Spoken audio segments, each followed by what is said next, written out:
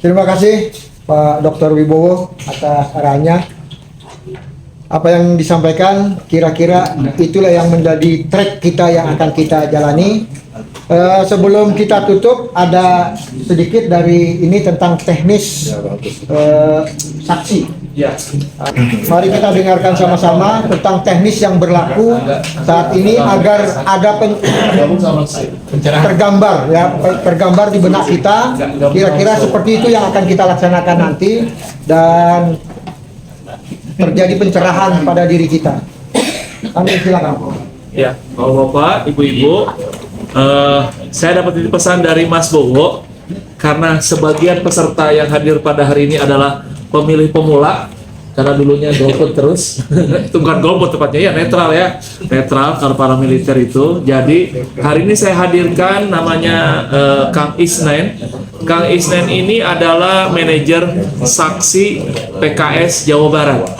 Jadi nanti bapak-bapak, ibu-ibu yang hadir di sini akan diberikan penjelasan seperti yang kemarin Pak Sugio tanyakan juga terkait dengan proses pemilu 2024 ini seperti apa, sehingga bapak-bapak bisa dan ibu bisa melihat peran mana yang bapak dan ibu bisa melibatkan diri nantinya ketika dalam proses pemilu di tahun 2024 ini. Karena setiap periodisasi pemilu selalu ada peraturan yang baru yang dikeluarkan oleh KPU.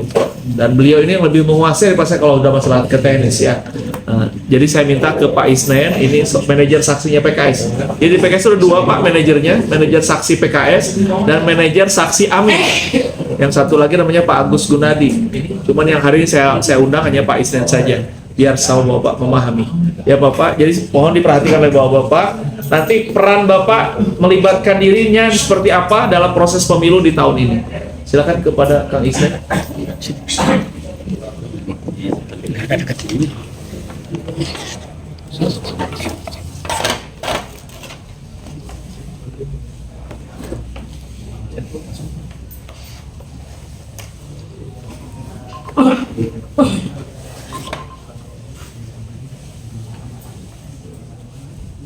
Ambil nggak? Ada yang dua? Ya, sip, keluar. Nah, bapak-bapak silakan bisa lihat langsung ke layar. Baik, bismillahirrahmanirrahim. Assalamualaikum warahmatullahi wabarakatuh. Alhamdulillah, Bapak dan Ibu sekalian, pada malam hari ini kita bertemu ya, ditakdirkan oleh Allah. Mudah-mudahan acara kita ini diberkahi dan ada memberikan manfaat bagi kita semua. Bapak dan Ibu sekalian, mohon izin ya, tadi Pak Joko Ardi meminta saya untuk hadir dan kira-kira apa yang bisa di-share, yang bisa dibagikan kepada Bapak dan Ibu sekalian terkait dengan masalah pemilu di 2024 ini. Ada beberapa hal yang akan kami sampaikan, tetapi yang perlu kami tekankan di sini adalah bahwa pemilu itu kan proses hukum ya, di mana penyelenggaraannya itu harus berlandaskan aturan hukum yang berlaku di Indonesia dan hasil-hasilnya pun merupakan hasil yang kemudian produk yang dilindungi oleh hukum juga begitu ya. Oleh karena itu, sesuatu yang kita sampaikan itu harus berbasiskan undang-undang dan peraturan.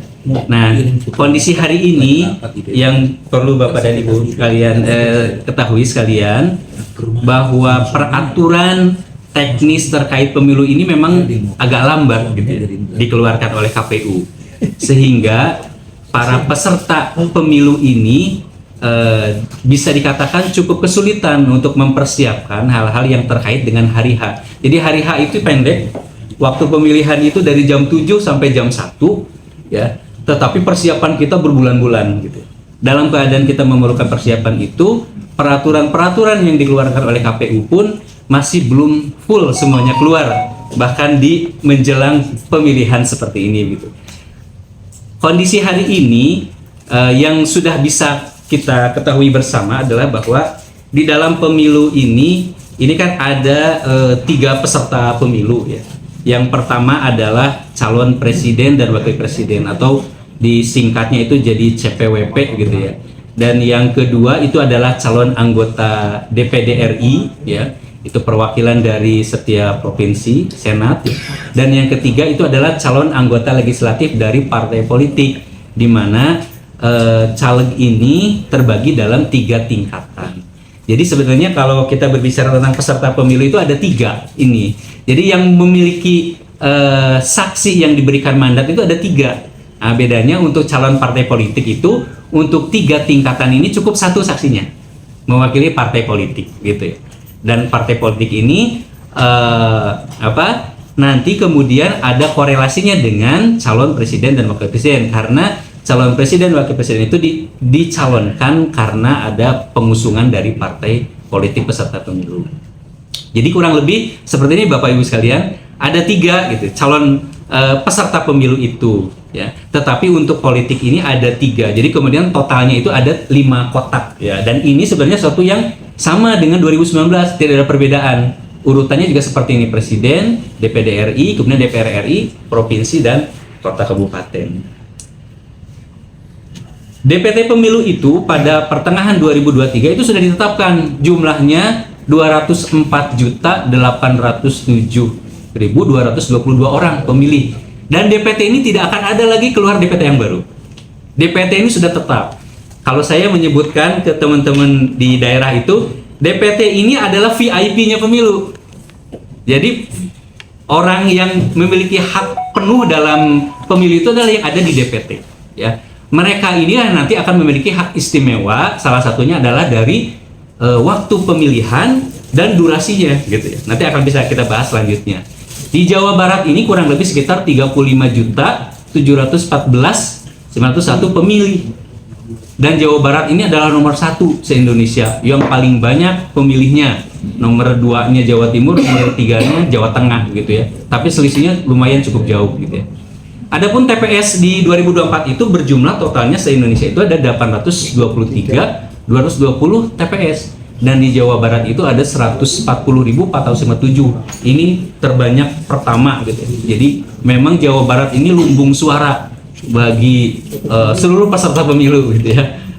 Dan kondisi akhir-akhir ini saya dengar katanya semakin yang tadinya di Jawa Barat itu lumbung suaranya calon 02 dan sekarang sudah semakin tertekan ya, bergeser gitu ya. Jadi calon nomor 1 itu semakin menunjukkan progres peningkatan yang signifikan begitu ya.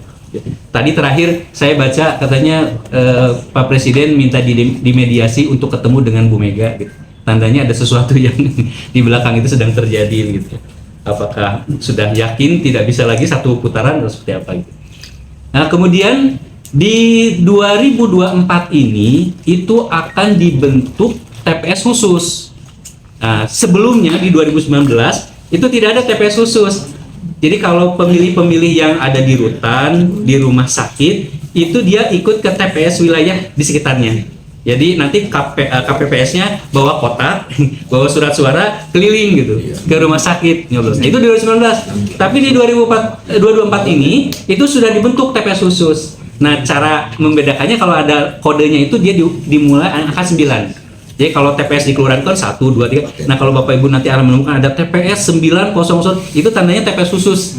Di dalamnya DPT-nya, KTP-nya aneka ragam dari berbagai kota, kabupaten, wilayah se-Indonesia. Karena mereka berkumpul di situ dan sudah didata. Nah, seperti di rutan, di lapas, atau di rumah sakit gitu ya, atau di sekolah gitu ya. Kalau seperti di Bandung itu biasa ada di ITB, itu mahasiswa ITB sudah terdaftar gitu kan ya, kemudian disediakan di situ TPS khusus dan berbondong-bondong mahasiswa yang sedang pendidikan dan tidak bisa pulang kampung itu memilih di situ. Nanti terkait dengan surat suaranya ditentukan terkait dengan KTP-nya ya, yang pasti dapat presiden ya. Kalau presiden mah dimanapun pemilih pasti dapat gitu ya. Nah, kalau untuk yang DPR RI, DPD seterusnya itu tergantung nanti KTP-nya. Kemudian, nah ini waktu untuk pemilihan itu pada hari H. Nah, ini yang saya sebut dengan PIB tadi. Itu ada 3 kelompok pemilih. Yang pertama adalah DPT. DPT itu yang sudah ditetapkan oleh KPU. Ini boleh memilih dimulai dari jam 7 sampai selesai. Ini yang paling penting. Yang paling bebas, terserah mau jam berapa aja datangnya gitu ya. Kalau DPT ya. Adapun Yang kedua adalah kelompok pemilih yang disebut dalam DPTB atau daftar pemilih tambahan. Siapa DPTB ini? DPTB adalah DPT yang karena satu dan lain hal tidak bisa memilih di TPS tempatnya terdaftar, sehingga kemudian harus pindah dan mengurus surat kepindahan, mengurus formulir perpindahan. Nah, DPTB ini jika dia sudah terdaftar di TPS-nya, informasi terakhir adalah mereka boleh mulai mencoblos jam 11. Jadi tidak bisa dari model. Ini secara teoris ya Bapak Ibu sekalian ya. Pada kenyataan di lapangan mah kadang-kadang KPPS masuk banyak komprominya gitu ya. Ada yang datang jam 8 juga kalau KPPS nilai boleh gitu kan ya. Kadang-kadang seperti itu. Nah, yang ketiga itu adalah DPK. Daftar pemilih khusus ini hanya boleh memilih jam 12 sampai jam 1, hanya 1 jam sudah diberikan. Jadi ini adalah kasta yang paling bawah lah gitu bahasanya gitu ya. Siapa DPK itu? DPK adalah mereka yang tidak terdaftar di DPT setelah ditetapkan dan kemudian mendaftarkan diri untuk menjadi pemilih. Seperti misalkan anak-anak muda yang baru menginjak 17 tahun gitu Pak ya. Nah, itu mereka itu bisa masuk DPK dengan catatan harus direkam dulu Pak. Jadi terakhir informasi dari KPU tetap harus melakukan perekaman dulu IKTP. Nah, surat keterangan dia sudah direkam itulah berhak untuk didaftarkan menjadi DPK untuk menjadi pemilih khusus. Tetapi diberikan waktunya hanya jam 12. Dan ini menjadi kasta terakhir karena jam 12 juga dengan catatan surat suaranya masih ada gitu. Jadi kalau surat suaranya sudah tidak ada, cadangannya sudah habis karena cadangan itu kan cuma 2%. Jadi kalau dari 300 pemilih itu cuma ada 6 cadangan surat suara itu. Kalau sekiranya itu terpakai berarti habis. Yang bisa dilakukan oleh KPPS adalah meminta ke TPS tetangganya sekiranya masih ada surat yang belum terpakai gitu, bisa dipakai. Jadi ini adalah 3 kelompok pemilih pada hari H itu ya, DPT, DPTB dan DPK gitu. Informasi yang bisa kami sampaikan selanjutnya adalah bahwa sebetulnya dalam PKPU saksi itu hanya boleh 1 orang 1 peserta pemilu. Jadi kalau saksi presiden harus 1 orang, tidak boleh sama dengan saksi partai. Tetapi di rapat dengar pendapat dengan Komisi 2 ya beberapa hari yang lalu, partai-partai politik itu mengajukan bahwa untuk peserta saksi dari presiden dan parpol ini diminta diperbolehkan untuk 1 orang bisa rangkap 2 mandat. Dan akhirnya itu disepakati dengan KPU dengan catatan saksinya itu harus dari parpol yang terkait. Jadi kalau misalkan saksi 01 ya berarti dari 3 parpol ya, dari Nasdem, dari PKS, dari PKB ya. Begitu pula dengan yang lainnya begitu ya. Jadi tidak boleh lintas parpol ya. Misalkan parpol Gerindra jadi saksinya Anies itu tidak bisa gitu ya. Jadi harus linear, satu arah gitu ya. Jadi parpol dan sebagainya. Ini kesepakatan yang ditentukan kemarin di rapat dengar pendapat, tetapi belum dituangkan dalam peraturan. Mudah-mudahan peraturannya bisa secepatnya keluar. Yang keduanya, surat mandat calon presiden ini dikeluarkan oleh TKD atau TPD, tim kampanye daerah. Ya, Bapak Ibu sekalian bisa memahami bahwa surat mandat ini berarti dipegang oleh saksi itu jika 1 orang berarti 2 ya. Yang 1 dikeluarkan oleh timnya pemenangan presiden, yang keduanya oleh parpol, dan minimal yang mengeluarkan itu adalah tingkat Pokab. Jadi tidak boleh kecamatan, tidak boleh kelurahan, tidak boleh. Yang minimal boleh mengeluarkan itu adalah tingkat kota dan kabupaten ya. Kemudian saksi itu boleh 2 orang per TPS, tetapi pada saat pemilihan, pada saat perhitungan hanya 1 orang saja yang boleh masuk ke area, yang satunya di luar untuk bisa gantian atau bisa menjaga kondisi di luar. Jadi harus bergantian, dia boleh 1 orang. Ini teoretis sih Bapak Ibu sekalian ya. Pada hari hanya mungkin dalam keadaan kredit bisa aja dua-duanya masuk gitu. Nah ini yang paling penting nih Pak Sugio kemarin tanyakan Pak Sugio. Jadi kalau misalnya kemungkinan saksi kita kecapean, kita punya backup 1 lagi untuk menggantikan. Karena ini kan bisa sampai malam nanti begadang. Ini kita harus jaga, itu yang paling penting. Lanjut silakan. Kita lanjut Pak ya. Nah, Bapak sekalian, di tahun 2024 ini memang concern KPU itu adalah terkait dengan musibah yang terjadi di tahun 2019, di mana begitu banyak anggota KPPS yang meninggal dunia dikarenakan kelelahan, gitu ya. Dan ternyata 2019 dan 2024 itu tidak jauh berbeda, masih tetap serentak 5 kotak suara. Nah, KPU itu sebetulnya dari awal itu sudah memberikan solusi, ada dua hal yang diajukan oleh KPU untuk menghindari terjadinya kembali musibah di 2019. Yang pertama adalah perhitungan suara itu dilakukan 2 panel. Jadi nanti panel pertama KPPS ada yang membuka dan menghitung perhitungan suara presiden dan DPD RI, dan panel kedua adalah partai politik. Tetapi ketika isu ini sudah menggelinding kuat, kita udah bersemangat akan membuat 2 panel, artinya harus ada 2 saksi. Karena kalau simultan nggak mungkin gitu ya, harus ada 2 orang. Ternyata di rapat dengar dengan pendapat Komisi 2 itu dibatalkan, digagalkan. Jadi DPR tidak menyetujui, Pak, dibuat 2 panel ini, sehingga kemudian 2 panel dibatalkan dan kembali kita ke 1 panel berurutan seperti tahap yang di atas urutannya. Jadi presiden, DPD RI, DPR, DPRD provinsi dan kota. Jadi berurutan. Jadi kembali lagi seperti 2019. Nah, kemudian yang kedua, KPU itu kemudian akan membuat yang namanya aplikasi Sirekap, dan sekarang sudah mulai disosialisasikan. Nah, aplikasi Sirekap ini memang menemui tantangan, tetapi KPU bercita-cita inilah yang akan membuat singkat sehingga perhitungan itu diharapkan paling telat itu sekitar jam 8 itu sudah selesai gitu. Tidak ada yang sampai menembus hari berikutnya jam 12 gitu. Karena aplikasi Sirekap ini simple, dengan catatan jika para SDM-nya memahami teknologinya. Itu yang jadi problemnya. Nah, problem kita adalah para KPPS ini itu kita masih meragukan, apalagi ini banyak nih yang masih gen baby boomer ya yang menjadi KPPS itu ya, kepala kan maksimal 55 tahun ya Pak ya, masih baby boomer, masih gen X ya, yang adaptasi mereka terhadap teknologi ini ya bahasanya begitu Pak ya gitu. Gadgetnya aja udah. Nah, ini kondisinya yang sangat menyulitkan di situ ya, tetapi tantangan bagi kita semua, karena sebenarnya kalau cita-cita kita seperti di Amerika ya Pak ya, cukup voting aja masuk ke situ udah ketahuan langsung ya senasional. Nah, ini kayaknya jadi batu loncatan ya, kita mulai mengadopsi teknologi supaya perhitungan itu jadi lebih simpel. Nah, aplikasi Sirekap ini ada 2 istilah yang berbeda. Kalau dulu kita mengenalnya yang dipapang di depan tuh C1 plano, itu namanya sekarang C hasil disebutnya, bukan C1 plano tapi C hasil.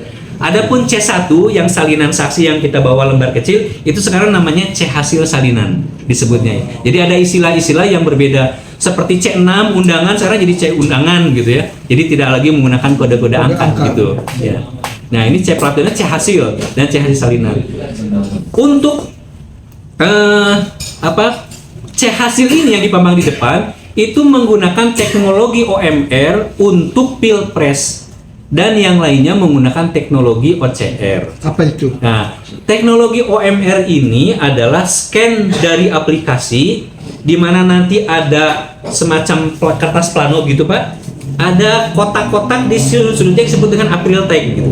Jadi nanti ketika si KPPS itu dia memoto, itu dia harus kena ke seluruh titiknya itu dan keluar garis warna hijau atau kuning, berarti sudah siap untuk di foto dan kemudian bisa diupload ke server. Dengan cara seperti itu kemudian data yang tulis tangan itu akan dirubah menjadi data digital gitu. Jadi teknologinya seperti itu. Apa bedanya OMR dan OCR? OMR ini tingkat akurasinya tinggi, tetapi begitu dia sudah diupload di log Pak, tidak bisa dikoreksi.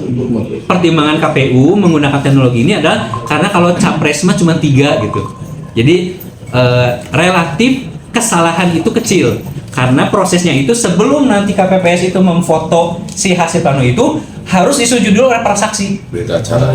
Oleh saksi setuju dulu. Kalau saksinya nggak setuju, Kalau tidak setuju, nggak boleh Nggak boleh. foto. tidak setuju itu mungkin maksudnya ada kesalahan perhitungan. Nah, itu nanti di dalam proses perhitungannya Pak. Iya. Dalam proses Jadi tidak masalah boleh sah tidak sah gitu ya, dalam prosesnya. Tetapi ketika semua sudah selesai, sebelum ini akan diupload itu semua saksi sudah sepakat dulu, gitu ya.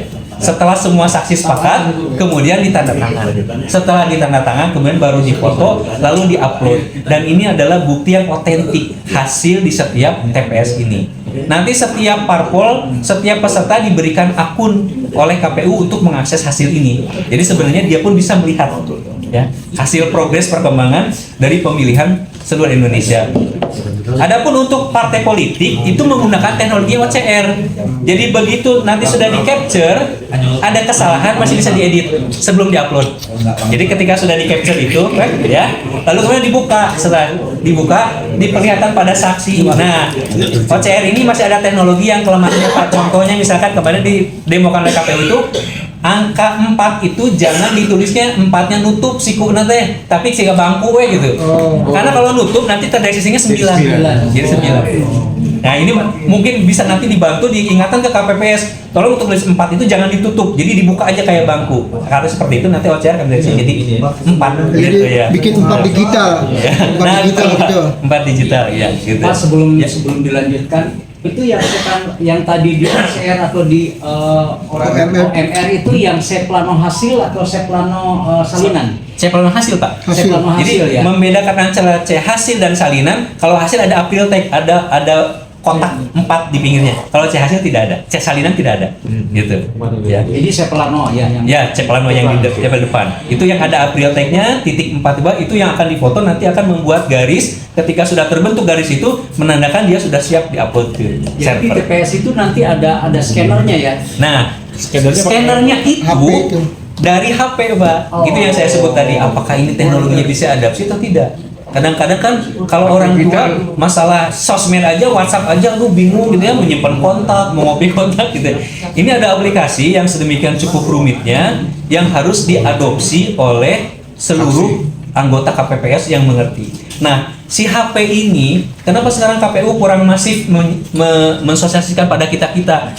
Karena ini sudah disetting. Begitu dia mengupload satu data, ini di lock emailnya, Pak, nggak bisa dipakai lagi. Jadi Nggak bisa 2 kali nggak bisa. Si HP-nya itu sudah di lock emailnya, tidak bisa mengirim data lagi. Oleh karena itu KPU itu kalau ada undangan dari parpol sosialisasi itu dia akan mengorbankan satu HP gitu ketika simulasi itu. HP ini nggak bisa dipakai lagi. Nanti cari HP yang baru lagi untuk simulasi. Jadi untuk meyakinkan keamanannya bahwa ini tidak diupload berulang-ulang. Jadi begitu sudah upload sekali, itu HP itu di lock dan tidak bisa lagi mengulangi hasil yang sama. Gitu. Contoh misalkan saya nanti capture, misalkan saya scan untuk OCR atau MR, ini saya kan langsung naik ke tim IT di atas ya. Iya, betul. Berarti email saya sudah nggak bisa dipakai. Betul. Emailnya Tapi ini apa? dengan catatan KPPS ya, Pak ya? Iya maksud saya iya. KPPS. Bapak Jadi dari KPPS itu maksudnya. Jadi yang bisa mendownload aplikasi itu adalah KPPS. Ya. Ada di Play Store. Kita juga bisa download tapi nggak bisa ngapa-ngapain karena aksesnya hanya diberikan pada ketua KPPS. Ya, gitu. Setelah dia install aplikasinya, baru dia nanti akan menggunakannya. Gitu. Setelah dilatih oleh KPU. Adapun, nah di PKPU yang terbaru itu, setelah KPPS selesai mengupload ke atas, ada jeda sebelum KPPS membagikan C hasil harian, seluruh saksi dan seluruh masyarakat boleh mendokumentasikan. Catat ya Pak ya. Seluruh saksi Dan seluruh masyarakat. Betul. Di dalam PKPU-nya masyarakat itu baru terjadi pemilu kali ini selain saksi boleh masuk ke ATTPS untuk memfoto, mendokumentasikan. mendokumentasikan C1. Betul, yang paling bagus. Itulah sebabnya mengapa kemarin Pak Muzamil Yusuf silakan masyarakat berbondong KPS pada perhitungan foto dan Anda boleh sebarkan di sosial media. Itu akan jadi bukti di pengadilan kalau sekiranya ada yang mengotak-atik hasil. Saksi dan peserta masyarakat aja bisa. Masyarakat Pak, Jangan saksi, masyarakat aja bisa. Jadi dalam PKPU-nya sudah diatur seperti itu. Tinggal minta izin dari KPPS mau memfoto dipersilahkan. Itu ada di PKPU. Ada di PKPU. Berarti ketua KPPS sudah tahu. Harus sudah tahu. Apabila nanti ada masyarakat, Betul. kita masuk dia Betul, sudah tahu. iya. Harusnya sudah tahu. Iya. Iya. Nah, adapun nanti C1 hasil salinan itu setelah diupload nanti akan didownload oleh KPPS dan dibagikan kepada setiap saksi yang mendapatkan surat mandat. Jadi nanti saksi itu pulang membawa dalam bentuk digital Pak gitu. Nah, ini yang diharapkan oleh KPU itu membuat prosesnya itu menjadi lebih cepat gitu. Jadi lebih sesingkat gitu.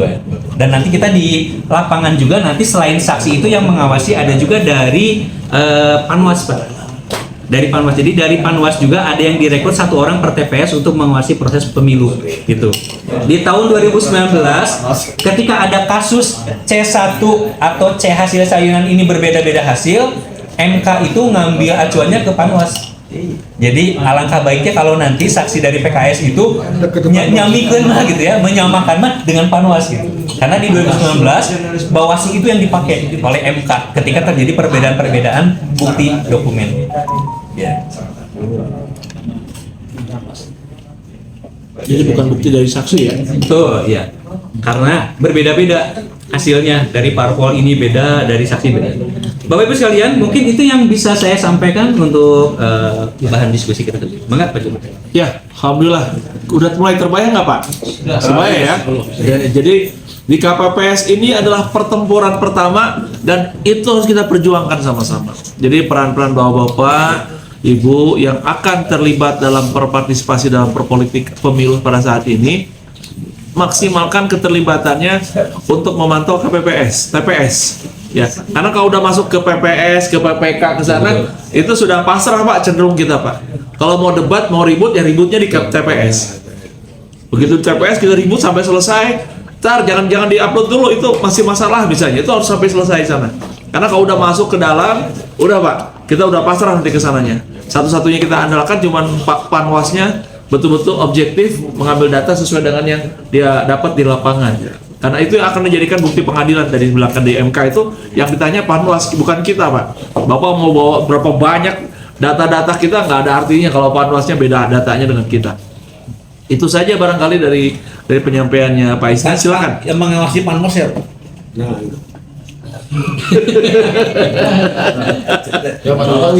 Pak Agus berarti yang nanya itu. Bapak yang harus ngawasin mereka. Ya silakan. Baik, terima kasih. Assalamualaikum warahmatullahi wabarakatuh. Selamat malam dan selamat sejahtera buat kita semua. Perkenalkan, nama saya Ajat Sudrajat. Saya kebetulan Ketua Poros Buruh Jawa Barat dan Koordinator Presidium Relawan Jawa Barat. Jadi mohon maaf kalau saya masuk di luar FKT 3, tapi dengan Pak Sorot ini luar biasa kita berteman di lapangan. Alhamdulillah pencerahan yang disampaikan tadi Bapak Manajer cukup baik dan ini bisa kita informasikan ke relawan sampai dengan TPS, insya Allah, karena kita selalu berkomunikasi lewat Jumit dengan beberapa wilayah. Kami bagi 5 wilayah di Jawa Barat untuk komunikasi sampai dengan pembentukan TPS di masing-masing kecamatan dan kelurahan dan desa. Pertanyaannya gini Pak, jadi kami tadi malam sudah mencoba mendata teman-teman yang berniat menjadi saksi. Itu cukup besar, cukup banyak, dan kami dari tim relawan ini kebingungan karena memang saksi presiden itu mandatnya dari TKD. Jadi mohon petunjuk, mohon arahan, karena teman-teman secara pribadi hanya siap, saya nggak tahu deh, teman-teman hanya siap menjadi saksi di luar Pilpres atau Pileg hanya untuk PKS. Ini alhamdulillah. Jadi prioritas utama itu untuk PKS dulu. Nah, harapan kawan-kawan, bila mana PKS nanti membutuhkan saksi-saksi untuk TPS yang cukup jauh dan di luar jangkauan, karena kami di tim Gerakan Rakyat ini kan juga membentuk posko saksi dan posko untuk logistik. Di setiap per 10 TPS kita buat posko untuk logistik, jadi untuk mensuplai nanti saksi-saksi yang kita utus untuk memberi pemungutan TPS. Jadi pertanyaannya, bagaimana langkah kami terkait untuk mendapatkan surat mandat dari TKD? Apakah lebih baik kami satu pintukan, artinya saksi kota kabupaten yang meliputi sampai dengan TPS ini kita satukan untuk dapat satu mandat dari TKD tingkat provinsi Jawa Barat, atau memang harus ada irisan irisannya kota kabupaten yang bersangkutan. Terima kasih, mungkin kurang lebih seperti itu supaya nanti pembekalan dan legalitas kami di lapangan itu juga tidak berbenturan dengan saksi yang ada di TPS. Terima kasih. Baik, nanti saya sampaikan sekarang. Ada pertanyaan lain sekarang? Ya Pak Agus, silakan. Mas, Mas Yoyo. Oh, mana Mas? Iya, Mas. Mas tuan rumah. Nanti saya terakhir aja. Ya, assalamualaikum warahmatullahi wabarakatuh. Mohon maaf, Bapak, saya nambah waktu nggak apa-apa sedikit ya. Nggak apa-apa. Janjian jam 8 rapat. Oh iya, sampai jam 10 ya asik ini. Mohon maaf, saya terlambat karena tadi menemani reses Pak Haru di Cimahi. Resesnya Pak Haru yang kedua ya. Tentang konsep tentang pemilu ini saya kira bagus sih. Dari mulai OMR, OCR, dari C1 jadi C hasil semacam bagus. Tapi dari tataran lapang itu banyak sekali peluang tentang kecurangan, potensi kecurangan semacam. Sebenarnya juga perlu dijelaskan dari seluruh rangkaian yang tadi di titik-titik mana potensi kecurangan itu ada. Misal tadi sempat disebutkan terkait dengan foto tadi. Ini berapa kali foto ini masuk ke database? Kalau foto masuk 2, 3 itu tabrakan enggak atau ada memang bisa double misalnya, sehingga kemudian di situ terjadi potensi kecurangan. Atau yang lain misalnya hasil foto digital itu bisa dipakai sebagai bukti yang berkekuatan hukum enggak di digital tadi? Atau yang punya bukti digital kekuatan hukum adalah C1 plano atau C1 hasil salinan tadi dengan tanda-tanda yang ada. Nah, ini mungkin perlu juga dijelaskan tentang itu karena sehingga kemudian kita memahami tidak hanya sebuah konsep pemilu di TPS yang seolah baik-baik saja, tapi di situ adalah ada potensi kecurangan-kecurangan yang sangat banyak dan kita harus mengawasi itu semuanya, terutama untuk partai PKS dan Amin. Terima kasih. Ada lagi, silakan Pak Agus. Pak Sorot. Mungkin sama-sama kita dengar ya bahwa Menko Polhukam telah membentuk posko pengaduan kecurangan. Nah, ini ya Menko Polhukam. Sehingga banyak netizen tuh mengkritisi di mana posisinya dia dalam undang-undang KPU ya plus PP KPU tuh posisinya di mana. Tapi tetap itu posko dimunculkan karena apa? Ada penilaian KPU Bawaslu itu sudah nggak netral. Nah, ini Pak, ini solusi buat kita nanti. Kira-kira payung cadangan kita apa? Karena pelatih saya Bapak Panglima ini selalu gunakan payung cadangan, Pak. Kecuali itu ya. Nah, sehingga ada pertanyaan Pak, sejauh mana ini mumpung ada orang di PP ini, sejauh mana DPP PKS memanfaatkan posko tersebut. Ya. Kalau sudah masuk ke atas percuma, karena kan tadi anjuran Bapak di tingkat apa TPS ya, tuntaskan. Apakah tidak ada desain dari PKS ini mendahului yang lain? Kita buat tingkat posko itu kita seret ke bawah, tingkat DPW seret ke bawah, DPD sampai ke ranting. Keren Pak, keren. Walaupun hanya PKS sendiri. Nah, itu nanti kita informasikan kepada para saksi-saksi. Ketika di lapangan ada seperti ini, perlu kecepatan, langsung posko diinformasikan. Ya. Setelah itu kita tuntut. Posko dibentuk oleh menteri ya, Menko. Ini informasi sudah ada. Mau kamu apain? Jadi ada jalur yang sekarang dibentuk oleh tim hukum dan sebagainya, ada jalur gula-gula manis ini. Nah, itu informasi yang selama ini saya ikuti belum tersentuh yang lain Pak. Terima kasih. Wassalamualaikum warahmatullahi wabarakatuh. Saya cukupkan atau masih lagi Pak Sorot? Ya silakan. Assalamualaikum warahmatullahi wabarakatuh. Mohon izin Pak,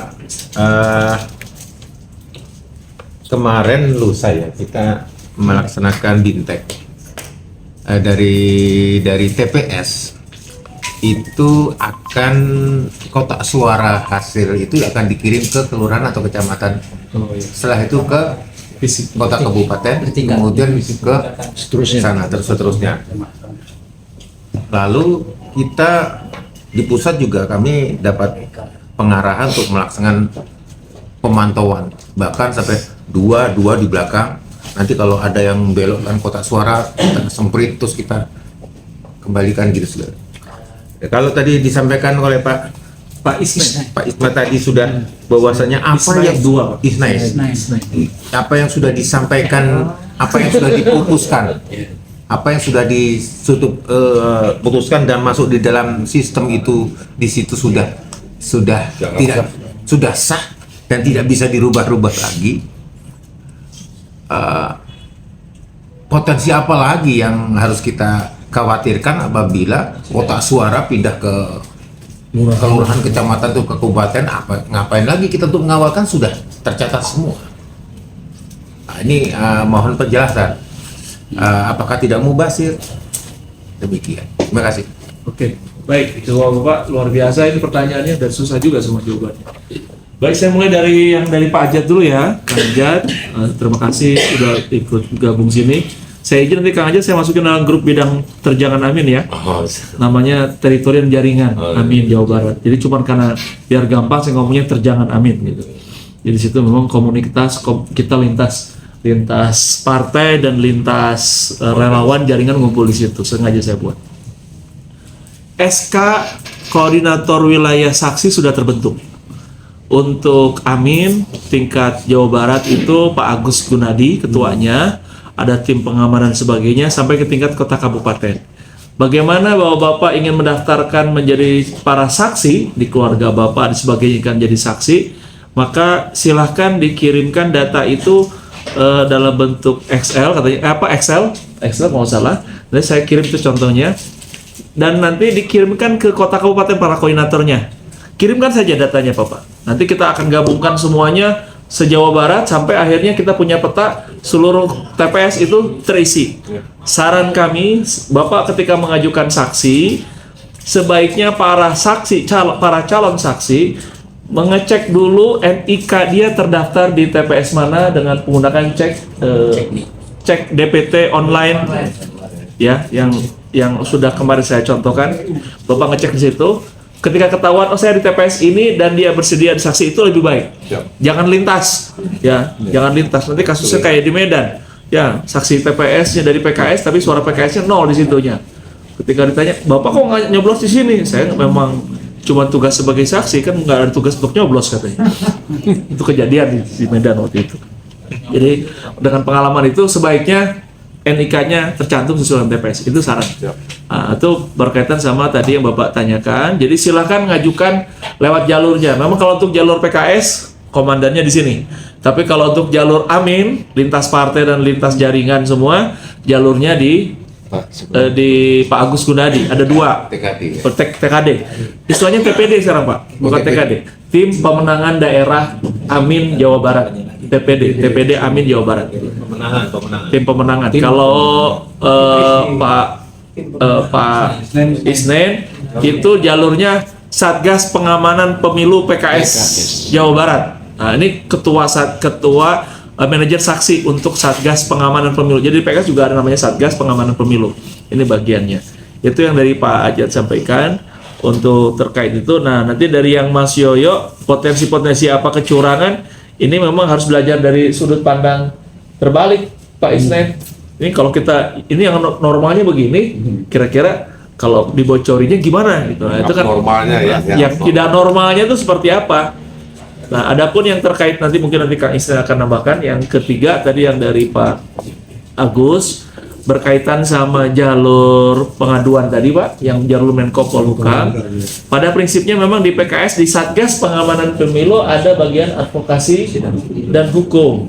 Nah, kalau memang itu ada sebuah potensi untuk kita jalur tambahan Pak di luar dari jalur PKS, maka kita akan buat coba mekanisme linknya nanti bagaimana seperti apa. Karena kita juga belum tahu jalur Menko Polhukam dari pusatnya turun ke Jawa Baratnya seperti apa, turun ke tingkat kota kabupaten seperti apa Pak. Kalau memang ada jalurnya kan enak juga kita buat langsung kalau nggak ada jalurnya langsung ke Menko Polhukam se-Indonesia Pak 800 berapa tadi jumlah TPS kayaknya 23.000 akan menyulitkan ya. Nah, terkait sama tadi yang Pak Sorot sampaikan, memang ini yang sedang kita lagi pikirkan, Pak. Apakah masih efektif menjaga kotak suara fisik, pengawalan seperti itu, ataukah tidak? Ya, walaupun kemarin masukan dari Pak Basuki juga bagus ya, kata Pak Basuki, daripada kita ngawalnya kesulitan, begitu selesai pencoblosan, saksi PKS bawa stiker hologram sendiri, ditempel langsung di kotak suaranya, ceplak aja, bahwa itu yang aslinya. Nanti sampai di sananya kita lihat, Pak, kalau kertas suara stiker hologram itu hilang, berarti itu sudah diganti kotak suaranya. Tapi kan itu tidak berlaku nasional, Pak. Iya, itu kalau kebijakannya kita sepakati, Pak. Kalau kebijakan sepakati kita lakukan nasional, bisa saja, Pak. Minimal Jawa Barat lah, minimal Jawa Barat kalau emang pusing-pusing amat. Karena apa yang Pak Sorot ceritakan itu sempat sudah terjadi, Pak, di tahun-tahun kemarin. 2019 juga saya sendiri yang kebetulan saya memang kemarin 2019 itu saya ketemu dengan supirnya, Pak.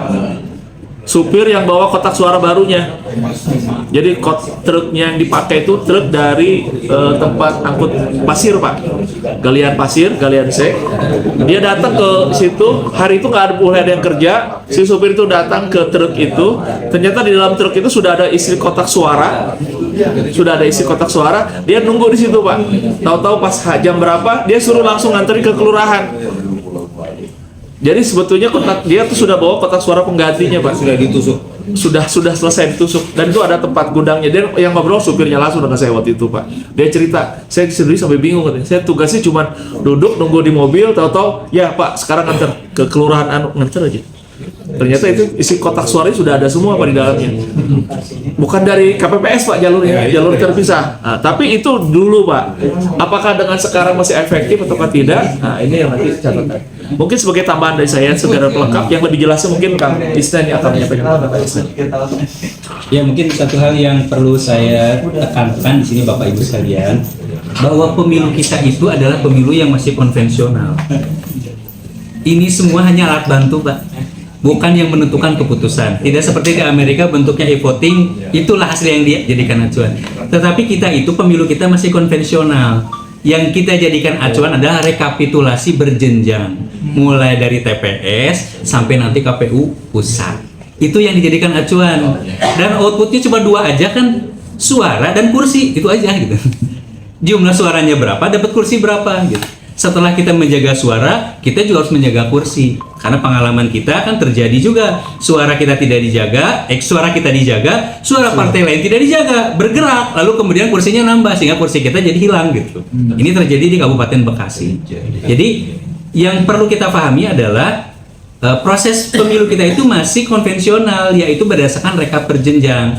Jadi ini semua tidak bisa dijadikan bukti hukum untuk nanti di MK. Yang bisa dijadikan itu adalah bentuk dokumen-dokumen yang ditetapkan di setiap jenjang itu. Misalkan TPS, yaitu tadi C hasil ini dan C hasil salinan yang ditandatangani, yang dipegang oleh saksi begitu ya. Itulah dia.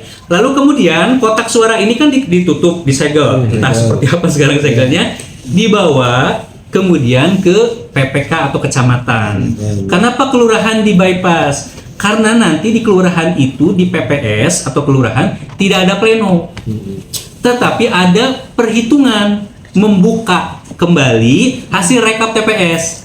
Nah, saksi itu tinggal lihat aja sesuai tidak begitu dengan hasil TPS yang sudah dipegang oleh masing-masing. Berarti masih ada potensi kecurangan di situ, di kelurahan itu. Di PPS inilah masih ada peluang dibuka kotak, Pak. Ya. Jadi jangan sampai melewati batas itu, karena kalau sudah masuk KPU kota, jangan harap kotak bisa dibuka. Jadi kalau misalkan ada sesuatu yang terjadi kecurangan, kita pegang bukti, di PPS inilah kita masih bisa punya kesempatan terakhir untuk membuka kotak dengan sekuat tenaga jika terjadi kecurangan, jika terjadi perubahan data, begitu. Ya, di PPS ini hanya dibuka saja dokumennya, direkap. Setelah rekapnya sesuai dengan para saksi, lalu diplenokan di level kecamatan atau di PPK. Nah, PPK inilah nanti yang membuat dokumen pleno yang akan dibawa ke KPU Kokab untuk direkap kembali selevel kota dan kabupaten. Seterusnya begitu sampai ke provinsi. Nah, kalau sudah di kota kabupaten, kotak tidak bisa dibuka. Ya, sudah sulit untuk dibuka. Ya, yang bisa membuka kotak itu adalah di MK. Itu pun kesulitannya luar biasa. Hakim itu pasti akan minta dulu dasar kenapa dibuka yang harus logis rasional untuk bisa dibuka. Dan kemarin itu kita tidak berhasil membuka kotak. Salah satu kasus yang perlu kita pelajari adalah terkait dengan kasus kehilangan kursi di Kabupaten Bekasi. Dan itu kotak tidak bisa dibuka gitu ya sampai ke MK. Oleh karena itu kami instruksikan pada saksi, pertama, semua harus selesai di TPS harga mati. Jika saksi berbeda pendapat, tidak setuju dengan hasil suara yang ditetapkan TPS, maka dia tidak boleh menandatangani. Tanda tangan itu bukti dia setuju. Walaupun secara di lapangan dia tidak setuju, tapi kalau tanda tangan, nah ini yang harus kita ingatkan. Tanda tangan itu adalah bukti otentik secara hukum, dia setuju dengan hasilnya. Oleh karena itu, jika saksi keberatan, tidak setuju, kita instruksikan tidak menandatangani, tetapi membuat dokumen keberatan. Yang nanti dokumen ini akan dibawa di PPS dan akan membuat kotak suara nanti bisa dibuka lagi, dihitung ulang. Bahkan bisa jadi PSU juga, pemungutan suara ulang, jika sekiranya ada hal-hal yang bisa memenuhi unsur ini. Dan membuat apa? Buat keberatan? Dokumen keberatan. Ada dokumen keberatan. Tidak boleh tanda tangan dan membuat Bunuh kalau di situ tuh. Ya, Bapak-bapak, cukup? Cukup. Ada lagi yang mau sampaikan? Oh iya, Maka Pak Adnan. Sebenarnya Pak Adnan lebih paham daripada saya. Silakan Pak. Assalamualaikum warahmatullahi wabarakatuh. Kalau kita perhatikan tadi bisa perjalanan atau proses bersuara sudah jelas. Memang kita harus diantisipasi, itulah masalah kecurangan. Kalau bisa itu pas kartu dibagi itu dibuka, Pak. Bahwa kartu itu masih utuh. Surat suara ya. Sebelum dicoblos masuk ke kamar, diperlihatkan dulu bahwa kartu yang dicoblos masih bersih. Jangan sampai kalau orang kampung udah coblos sudah tinggal aja dia, udah biarin ada coblos. Itu cukup rawan juga. Kemudian yang berikutnya adalah masalah adanya surat suara di LP dan tahanan. Itu apakah partai saksi itu diikutkan juga atau terbatas? Karena dia masuk ke ruangan itu agak repot juga itu, dibatasi gitu. Termasuk ke rumah sakit. Kemudian kalau tahun pemilu 2019 itu yang sakit datang ke rumahnya. Nah, apakah sekarang masih diberlakukan atau tidak? Nah, itu juga harus diantisipasi juga. Ketahuinya kecurangan juga bisa juga dilakukan di situ. Jadi terima kasih. Wassalamualaikum warahmatullahi wabarakatuh. Terakhir ya Pak, ini pertanyaan tadi ya. Tapi ini juga memang menarik, Kak Isnet. Saya kemarin sempat ke lapangan, pelipatan kertas suara yang sekarang itu tidak dilakukan lagi oleh para PPK dan PPS. Kalau dulu Pak, semua PPK PPS termasuk para pendukung PPK PPS itu ikut bantu ngelipatin kertas. Kalau sekarang sudah jadi Pak, udah terima jadi dan sudah dilipat dari pabrik Pak. Tahu-tahu udah jadi dan mereka terima jadi aja. Jadi udah nggak dibuka lagi. Sudah terima dan sudah dicoblos lagi. Nah itu yang jadi pertanyaan itu kan yang mengelola itu kan tingkat kota kabupaten ya, yang punya inisiatif pelipatan itu. kota kabupaten. Ya saya ambil contoh yang paling gampang, saya Cianjur aja. Kemarin saya ngobrol yang di Cianjur gitu. Saya tanya apakah di sini melibatkan tim khusus untuk pelipatan kertas suara? Jawabannya enggak ada yang tahu Pak. Tahu-tahu udah jadi aja Pak. Kita terima jadi aja katanya. Wah ini juga jadi pikiran saya juga. Karena kebetulan di Cianjur kan bupatinya orang PDIP ya. Dan dia punya target 2 kursi, yaitu mantunya jadi gitu. Termasuk ada anaknya Pak Teddy juga Pak Agus. Anaknya Pak Teddy Wakabin yang kemarin, Arif. Dia udah ingin masuk juga di situ. Jadi sampai mikir juga saya berulang kali, ntar ini akan sesuatu yang berbeda nggak dengan kejadian yang besok? Karena nanti PPK itu nggak tahu apa-apa Pak. Kok sudah terima jadi kotak tuh udah utuh sampai KPPS. Nanti KPPS baru ngebuka, baru tahu sudah dicoblos itu setelah mereka masing-masing membuka di bawah. Jadi, ini juga catatan. Sampai di PPS sebelum dilaksanakan pencoblosan, para saksi datang melihat kotak itu dibuka, dilihat satu persatu. Nah itu tinggal tergantung saksinya. Mau buka atau mau satu-satu mau lihat atau enggak gitu? Nah, itu cuma 300. Itu juga. 200 kali. Itu yang memang lagi catatan itu Pak. Itu enggak? Kemarin itu kita melaksanakan kegiatan 300 itu pelatihan itu, kali 5.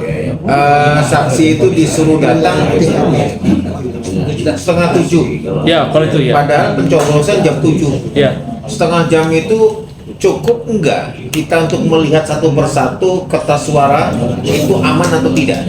Dibukanya kotak itu kalau pas lagi mau mulai. Ya, itu ada rapat persiapan. Oke, silakan mungkin Kak Aisyah. Rapat persiapan itu kalian itu. Betul. Setengah jam.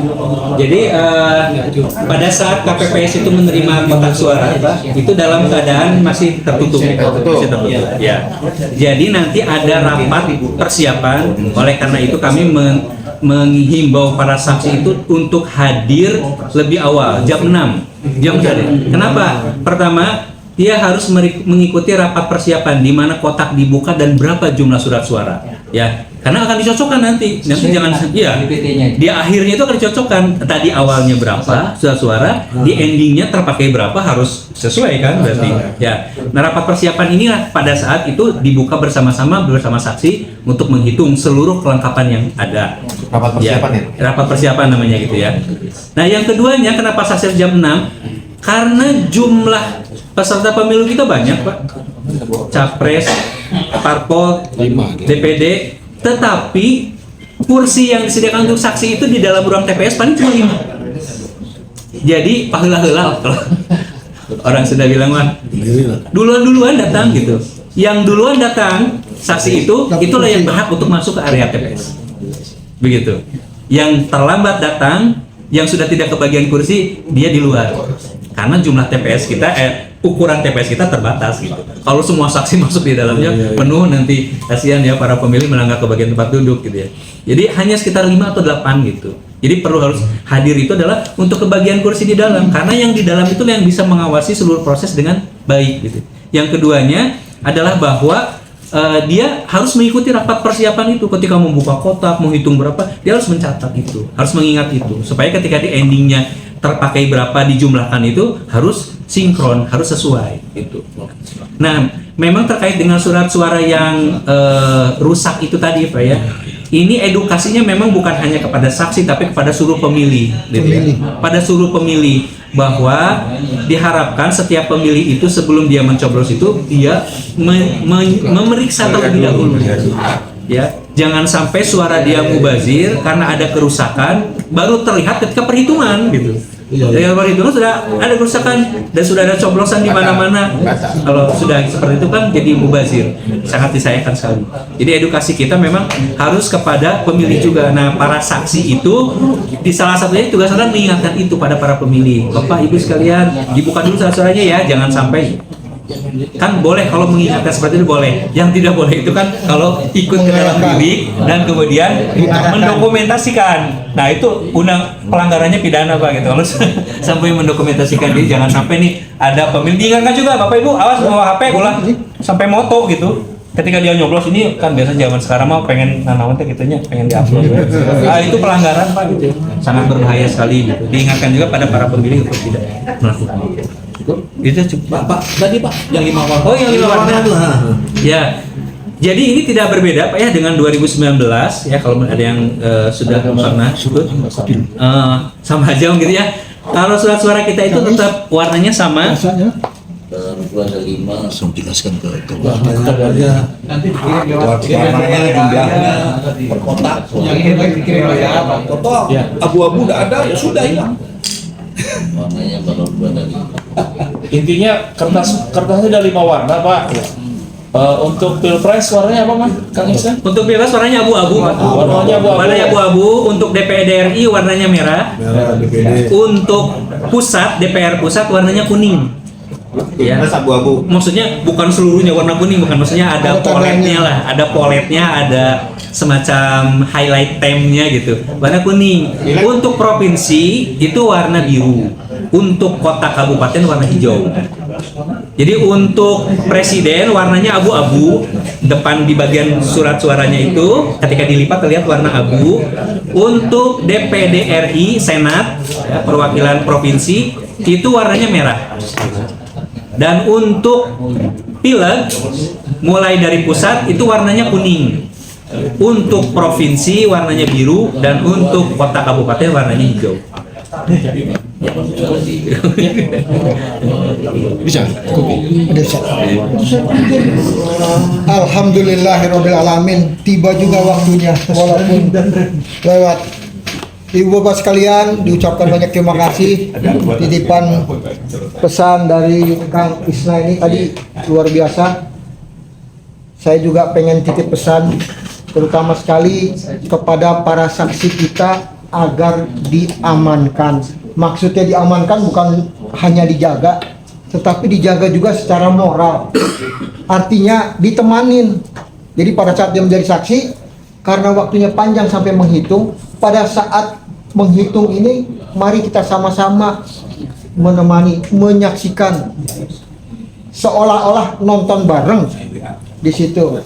Yang kedua, terutama saksi dari partai ini, kita berharap yang ngopeni kalau bahasa Sundanya merawat lah ya, yang merawat, jangan sampai dirawat oleh orang lain, dirawat oleh kita sendiri.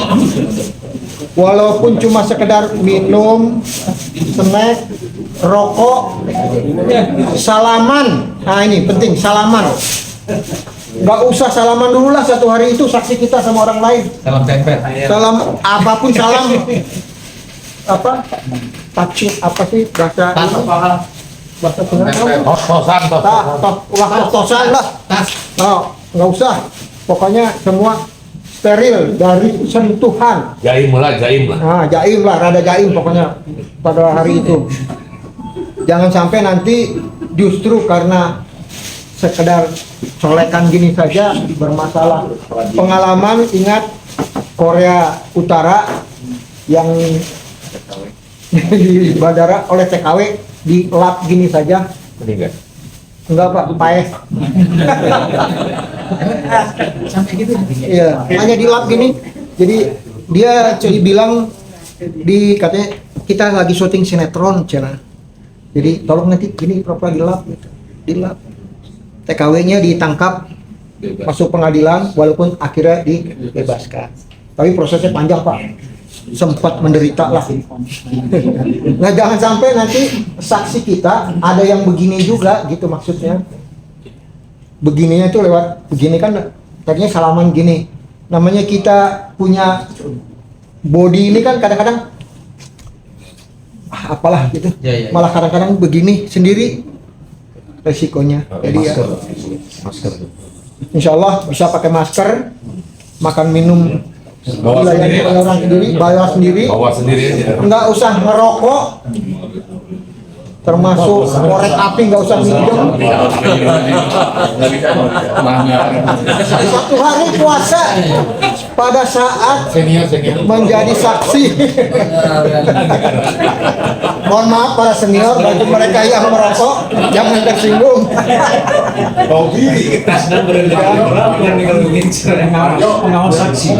Marjono mungkin ada kasus yang kemarin 800 orang itu indikasi 850 itu indikasi sampai terjadinya itu yang Bapak sampaikan mungkin ada indikasi ke situ apa kira-kira? Walau bisa Pak itu. Kita tidak membahas yang itu, tetapi kita ke depan ini berusaha mengamankan para saksi kita.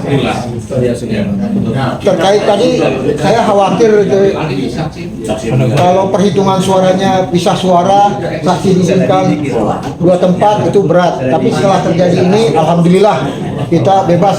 Resikonya capek, tidak ada masalah. Karena keterbatasan waktu, kami mohon maaf atas ketidaknyamanannya. Terima kasih Pak Joko atas fasilitasnya. Sekalian saya menutup saja dari saya. Bapak-bapak, ibu-ibu, sekali lagi terima kasih atas kedatangan di tempat ini.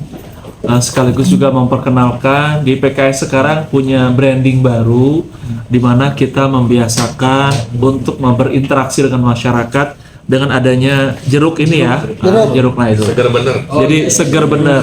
Jadi nanti ke depan kita lagi berpikir apakah para saksi PKS yang kan nggak boleh ada lambang partai Pak.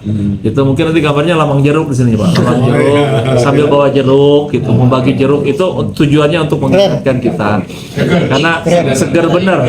Jadi kalau gambar jeruk di bawahnya pakai keterangan pakai S gitu, bukan PKS, pakai S gitu. Nah, itu maksudnya PKS. Itu satu. Yang kedua, sebagai tanda terima kasih kami atas kehadiran Bapak-bapak juga tidak bisa memiliki bekal banyak-banyak. Ini ada topi nanti yang dibagikan buat bapak-bapak. Alhamdulillah, alamin. Nomor 8 PKS. Sama kaos barangkali ya Pak ya. Nah, barangkali sama kaos. Jadi tidak banyak Pak atribut saat ini yang kita siapkan, tapi mudah-mudahan nanti ke depan. Amin. Sekali lagi terima kasih. Mohon maaf atas segala kekurangannya, atas nama pribadi sama DPW PKS. Maka pertemuan hari ini saya serahkan kepada Pak Harjo. Kedepannya akan seperti apa? Membuka komunikasi bisa lewat Mas Yoyo, Ketua Teritorial Jaringannya Jabar Putih, atau ke saya sebagai Ketua Bidang Teritori Jaringannya Amin Jawa Barat. Jadi ada 2 pintu Pak, 2 jalur. Jalur untuk terbuka umum dengan saya, jalur PKS khusus dengan Mas Yoyo nantinya, begitu ke depannya. Nanti kita bisa bertemu lagi pada waktu-waktu yang lain. Jika ada hal-hal yang sangat mendesak perlu Bapak sampaikan ke saya, sampaikan langsung Pak. Nomor handphone saya juga boleh dicatat, boleh langsung diinikan di 08122 08122 047 047. 047. Nah, Nanti saya kasih yang saya karena belajar dari Pak Ridwan, kalau kasih nomor handphone kasihnya gampang gitu. Jadi biar gampang. 08122 047 047 itu nomor saya Pak. Seperti itu saja dari saya. Terima kasih. Assalamualaikum warahmatullahi wabarakatuh. Presiden keberapa? Ke-8. Demikian